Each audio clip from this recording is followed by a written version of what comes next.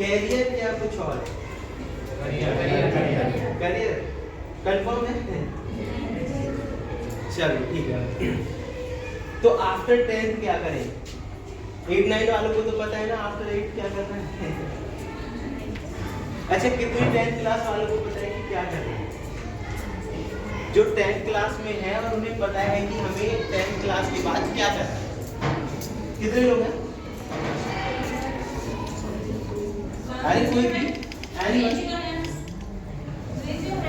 किसी को भी नहीं? हाँ कोई नहीं, बताइए। साइंस लेंगे, आगे साइंस लेनी है। ओके, क्यों साइंस क्यों लेनी है? क्यों? डॉक्टर ओके, तो मतलब क्लियर है। अगर इन केस डॉक्टर नहीं बन पाए, बनना है डॉक्टर, सपना है डॉक्टर का है।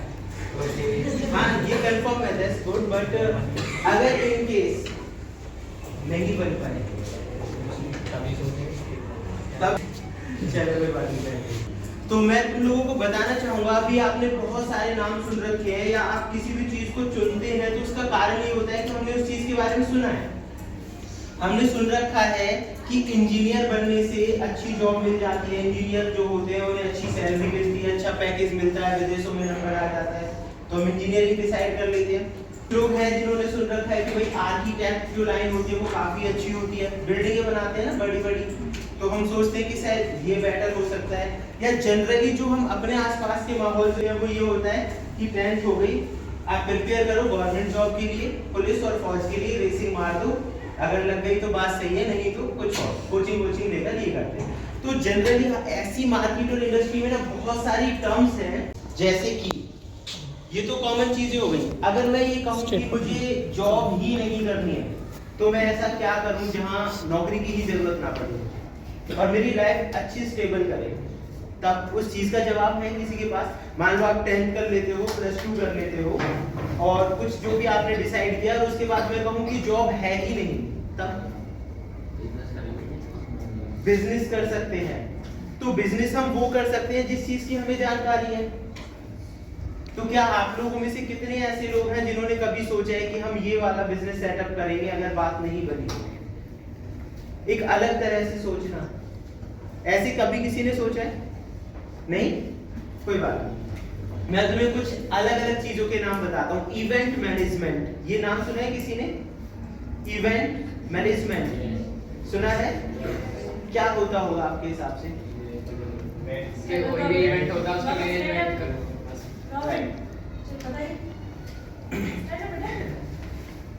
कोई नहीं बता इवेंट मैनेजमेंट के अंदर भी अच्छा ऑप्शन है ना? यानी ये भी एक फील्ड होता है जहां आपको जॉब वगैरह करने की जरूरत नहीं है। बड़ी बड़ी जो मीटिंग्स होती हैं उन्हें ऑर्गेनाइज करना, इवेंट्स होते हैं लाइक इवन शादी वगैरह का भी इवेंट है, आप लोगों को पता होगा। जनरली हमारे यहाँ पे तो वही है, नॉर्मली शादी हुई इवेंट लगा दिया, एक नॉर्मल तरीके से कर लिया। अगर हम हाई प्रोफाइल शादियों की तरफ चले तो ये पूरा एक कम से कम 1 महीने तक चलता है, हर चीज का पूरा तौर तरीके से होता है जो आप मूवीज वगैरह में कभी देखते होंगे। तो इवेंट मैनेजमेंट एक अलग फील्ड होता है। तो आप में से कुछ लोगों को पता था, अच्छी बात है। साइबर सिक्योरिटी और एथिकल हैकिंग, ये नाम किसी ने सुना है? एथिकल हैकिंग, हैकिंग, हैकर, ऐसे नाम सुने हैं? ओके, हैकर सुन रखते हैं, कॉमन सी बात है क्योंकि उन्होंने सबके नाम में दम कर रखा है, इसलिए मजबूर होकर हमें उन्हें सुनना पड़ा। तो आप लोगों को लगता है क्या हैकर का भी कोई करियर होता होगा? हैकिंग लाइन में कोई करियर होता होगा? अच्छा, कौन जानता है कि हैकिंग लाइन में कुछ करियर होता है? कोई भी बस हाथ ऊपर खड़ा करके बता दो। मतलब हैकर होते हैं ये तो सुना है, न्यूज़ भी सुनी है हमने, बट थोड़ा बहुत भी अगर आप जानते हो तो हाँ बताओ। नहीं तो हैकर के बारे में कुछ भी नहीं सुना है। अभी आप न्यूज़ कितने लोग देखते हैं? न्यूज़ टीवी पे न्यूज़ आते ना आजकल, जी न्यूज़ वगैरह, कितने लोग देखते हैं? कोई नहीं देखता? अच्छा, न्यूज़ देखते हैं, चलो अच्छी बात है। हमें जो करंट इवेंट्स हो रही है ना उनके बारे में पता रहना चाहिए। अभी पिछले कुछ दिनों एक खबर बड़े टॉप लेवल पर चल रही है।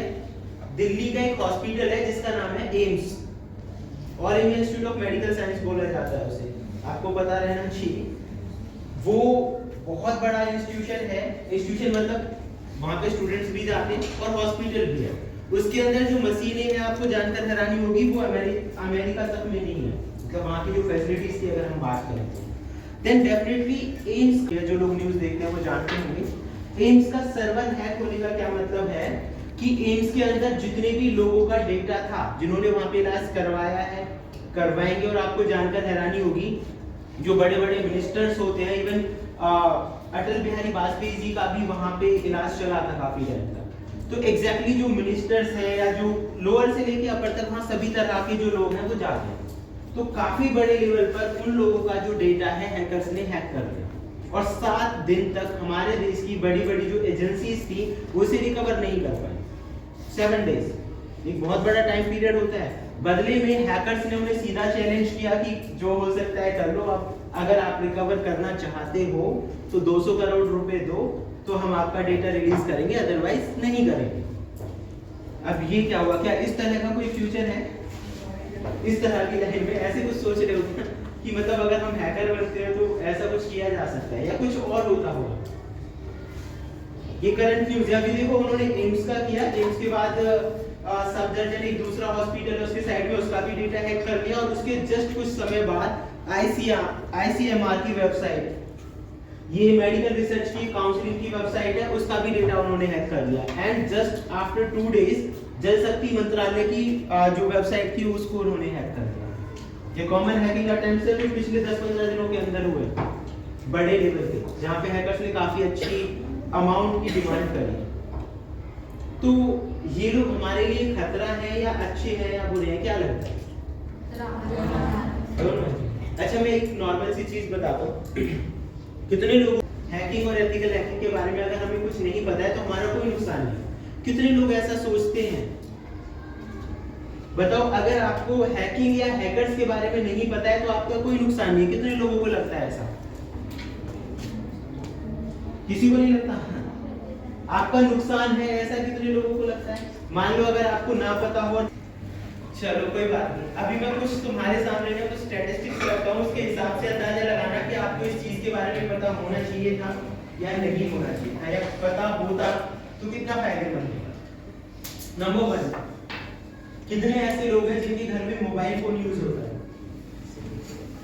सबके घर में होता है, आप लोग चलाते होंगे। ऑनलाइन गेमिंग कितने लोग खेलते हैं? पिछले टाइम में पबजी वगैरह ऐसे बहुत सारे गेम्स हैं, ऑनलाइन गेमिंग खेलते हैं। चलो अच्छी बात है।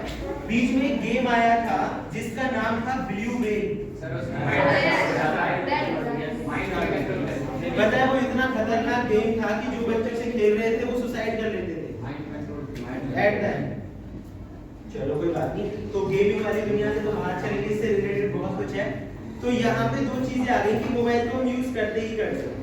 तो आप सभी के घर में ऐसा भी कोई ना कोई होगा जो सोशल मीडिया अकाउंट का इस्तेमाल करता है। सोशल मीडिया का मतलब होता है फेसबुक, इंस्टाग्राम, ट्विटर, इस तरह के जो अकाउंट है, गूगल आईडी वगैरह बताना एक कॉमन सी चीज है, होगा ही।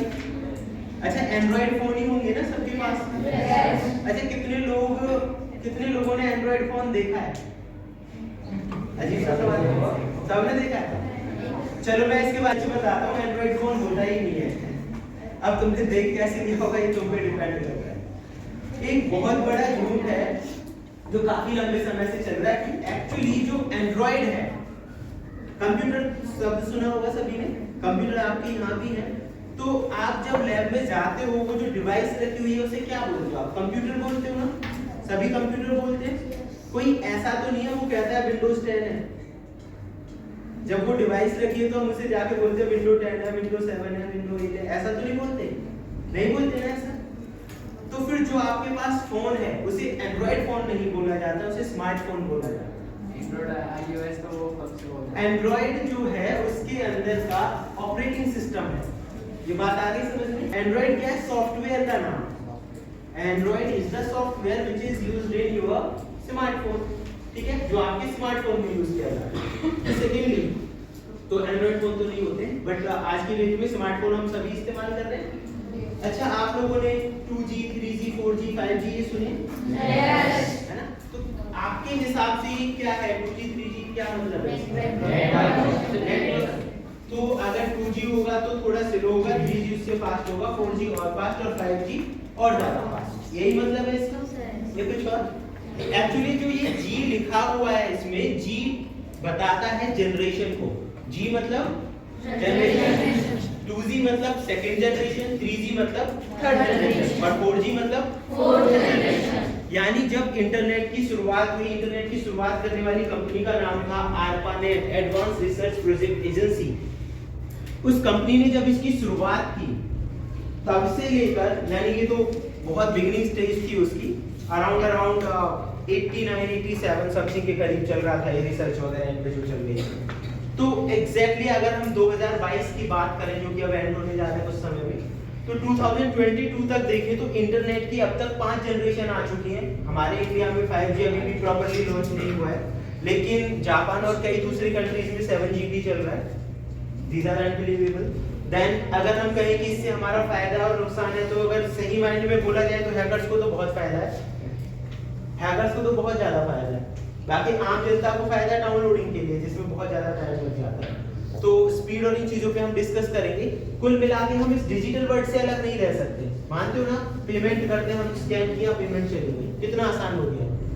डिजिटल इंडिया एक नाम सुना है ना, तो डिजिटल इंडिया वाली जो चीज है वो आगे बढ़ेगी या रुक जाएगी? अपग्रेड होगी। इंटरनेट का इस्तेमाल आगे बढ़ेगा या कम हो जाएगा? बढ़ेगा। एक छोटा सा एग्जांपल देता हूँ कि आने वाले समय में, अब आप क्लासरूम में बैठकर पढ़ रहे हो, हमारी जो क्लास, अभी काफी टाइम हो गया, थोड़ा सा मैं इंट्रो दे देता हूँ अपने बारे में। मेरा पूरा नाम AM पचौरी है। अगर आप गूगल लिख के सर्च करेंगे तो सारी डिटेल्स मेरे बारे में आपको मिल जाएंगी। वर्ल्ड के टॉप 200 में मेरा नाम आता है। पूरी दुनिया में 200 ऐसे लोग हैं, पूरी दुनिया में, नॉट ऑन इन इंडिया, ठीक है, मैं भारत की बात नहीं कर रहा हूँ, पूरे वर्ल्ड में 200 ऐसे लोग हैं जो साइबर सिक्योरिटी और एथिकल हैकिंग की ट्रेनिंग दे सकते हैं और वो सर्टिफाइड हैं उस चीज के लिए। उन 200 में से एक मैं हूं, अमंग द टॉप 200। क्लैपिंग।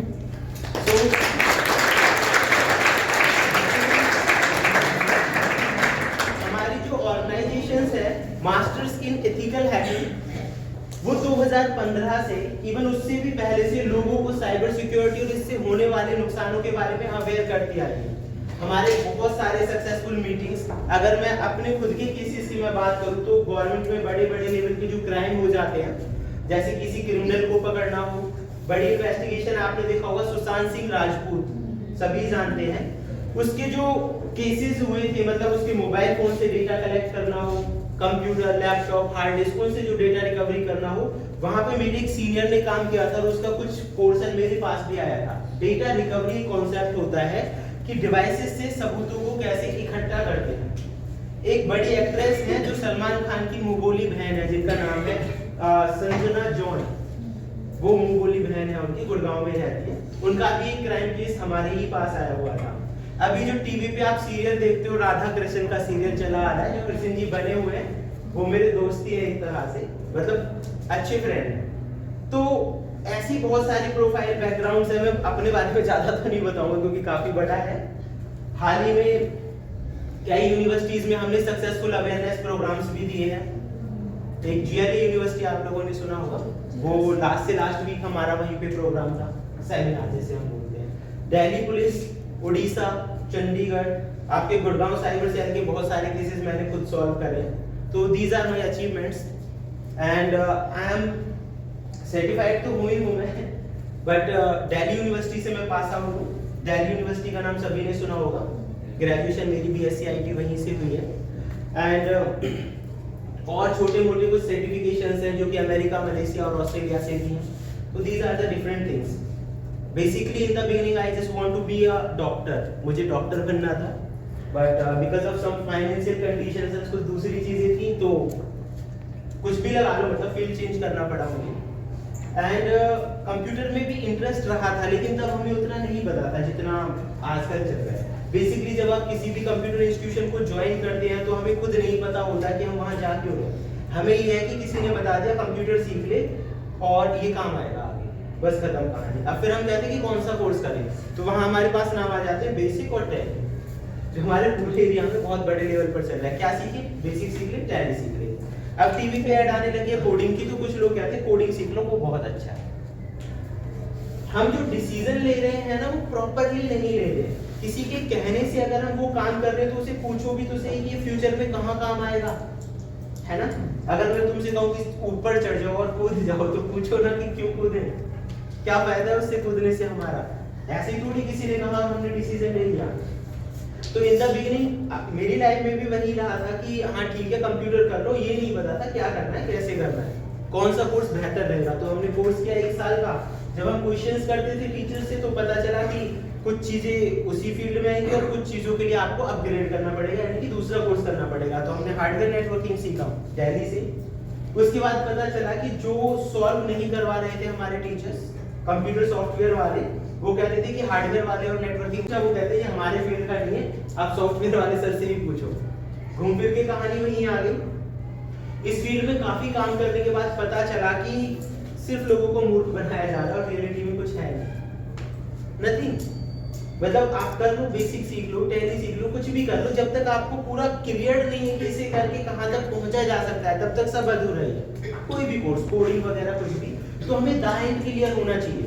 ये दोनों कोर्सेज करने के बाद, पढ़ाने के बाद, और मैंने खुद सक्सेसफुल 30 से ज्यादा किताबें लिखी हैं आईटी के ऊपर। राइटर भी रहा हूं। 2015 में 2013 में मेरी एक बुक जो रिलीज हुई थी कंप्यूटर बेसिक के ऊपर, ABCD ऑफ कंप्यूटर बेसिक, उसके लिए मुझे नेशनल गवर्नमेंट से रिवॉर्ड भी मिला था। तो बेसिक की वो बुक थी। वो सारी चीजें करने के बाद ना एक चीज तो समझ में आई है कि हम इन्हें कर तो लेंगे लेकिन इस पढ़ाई का हमारे लिए कोई खास फायदा नहीं है। हमें कुछ ऐसा सीखना या करना चाहिए जिसके बाद अगर हमें जॉब मिले तब भी वो काम आए और ना मिले तब भी वो काम आए। एक होता है डिपेंडेंट कि मेरे पास डिग्री है, डिप्लोमा है, सर्टिफिकेशन है, आप जॉब लगा दो। एक होता है कि मेरे पास वो चीजें तो हैं, जॉब नहीं मिल रही है तो मैं खुद उन चीजों के बलबूते कुछ कर सकूं। आज हम इंजीनियरिंग करते हैं लेकिन ऐसे बहुत कम सक्सेसफुल इंजीनियर हैं जो अपनी इंजीनियरिंग की पढ़ाई के बलबूते कोई गाड़ी बनाए, कोई मशीन बनाए, कोई रोबोट बना दे, ऐसे बहुत कम लोग हैं। तो रियल इंजीनियरिंग तो वही मानी जाएगी ना। सक्सेसफुल डॉक्टर और मेडिकल साइंस की भी अगर हम बात करें तो बहुत सारे लोगों में से बहुत कम लोग ही आगे बढ़ पाते हैं, वो भी एक लिमिटेड वे में। उनमें से भी हाईएस्ट और जो टॉप लेवल के सर्जन है वो बहुत कम है। जैसे एक कॉमन सा एग्जांपल देता हूँ, स्पाइन का जो हॉस्पिटल है, स्पाइनल कॉर्ड सुना होगा जो साइंस के स्टूडेंट्स हैं, तो स्पाइनल कॉर्ड या स्पाइन में कोई प्रॉब्लम हो जाए तो दिल्ली में गिने चुने 2-4 हॉस्पिटल्स ही हैं, ज्यादा नहीं है। ये एक बहुत बड़ी बात बस ISIC Indian spine injury centre बहुत ज्यादा। तो एग्जैक्टली अगर हम स्पेशलाइजेशन की बात करें, एक्सपर्टाइजेशन की, या जो लोग बहुत अच्छे से उन चीजों को समझ रहे हैं वो अभी भी हमारे देश में बहुत लिमिटेड है। ऐसे ही जिस हिसाब से हैकिंग अटैक बढ़ रहे हैं, आप देखो हर 2 में से एक कंपनी हैकिंग का शिकार है। ये करंट की कहानी है, हर 2 में से बड़े बड़े लोग, इवन आप नरेंद्र मोदी जी की स्पीच सुनिए कभी साइबर सिक्योरिटी के ऊपर, तो वो खुद कह रहे हैं कि एक समय ऐसा आएगा जब लोग मोबाइल फोन को हाथ लगाने से डरेंगे। एक समय ऐसा आएगा, आपको नहीं लगता कि मान के चलो मेरा मोबाइल फोन है, कोई उसमें से डेटा को चुरा ले, फोटोज को कॉपी कर ले, उस पे उसका कंट्रोल बन जाए, तो उससे मुझे कुछ नुकसान होगा? देखो मैं आपको एक एग्जांपल से समझाता हूँ क्या नुकसान होगा, फिर आप अंदाजा लगाएंगे। ईमेल आईडी तो कॉमन सी चीज है। अगर आप एक स्मार्टफोन चला रहे हैं तो उसे चलाने के लिए सबसे जरूरी चीज क्या है? Email ID. भाई प्ले स्टोर से कोई भी एप्लीकेशन कुछ भी डाउनलोड करूंगा बिना उसके होगी नहीं, यही है ना। तो ईमेल आईडी से क्या हो सकता है, एक एग्जांपल से आप आसानी से समझ जाओगे। बहुत सारे लोगों को लगता है कि मेरी ईमेल आईडी कर लो है तो उससे कुछ नहीं होना। अब मैं बताता हूँ क्या हो सकता है। अगर किसी भी अच्छे व्यक्ति की ईमेल आईडी आपके हाथ लगती है तो उसी ईमेल आईडी से किसी के भी फोन पे कंट्रोल बनाया जा सकता है। ईमेल आईडी से क्यों? क्योंकि फोन में ही रहती है ईमेल आईडी। ऐसा करने के बाद उस फोन के अंदर जितने भी मैसेजेस हैं उन पे भी कंट्रोल बन सकता है। मैसेजेस मिल गए। आपने देखा होगा गूगल जो है टाइम टू टाइम आपको दिखाता है कि आपने लास्ट मंथ में क्या किया था, 2 साल पहले क्या किया था, 3 साल पहले क्या किया था। वो फोटोज को भी दिखा देता है जो उसके बैकअप में स्टोर होते हैं ना। तो मतलब गूगल आप देखो अगर एक ही फोन को इस्तेमाल कर रहे हो 2-3 साल से, तो वो सारा डेटा उसके पास है, चाहे आपने डिलीट कर दिया है। तो वे सेंसिटिव हुई कि नहीं हुई बात? इवन मैं तुम्हें सही बताता हूँ, आप में से बहुत सारे लोगों को तो कंप्यूटर से डिलीट करना भी नहीं आता होगा कि प्रॉपर्ली डिलीट कैसे करते हैं। हम कंप्यूटर सीखते हैं, जानते हैं, लेकिन अब आप सोचो कि डिलीट कैसे किया जाता है, बहुत बड़ी बात है। चलो कोई नहीं। तो ईमेल आईडी से क्या कर सकते हैं हम? मैसेजेस पे कंट्रोल कर सकते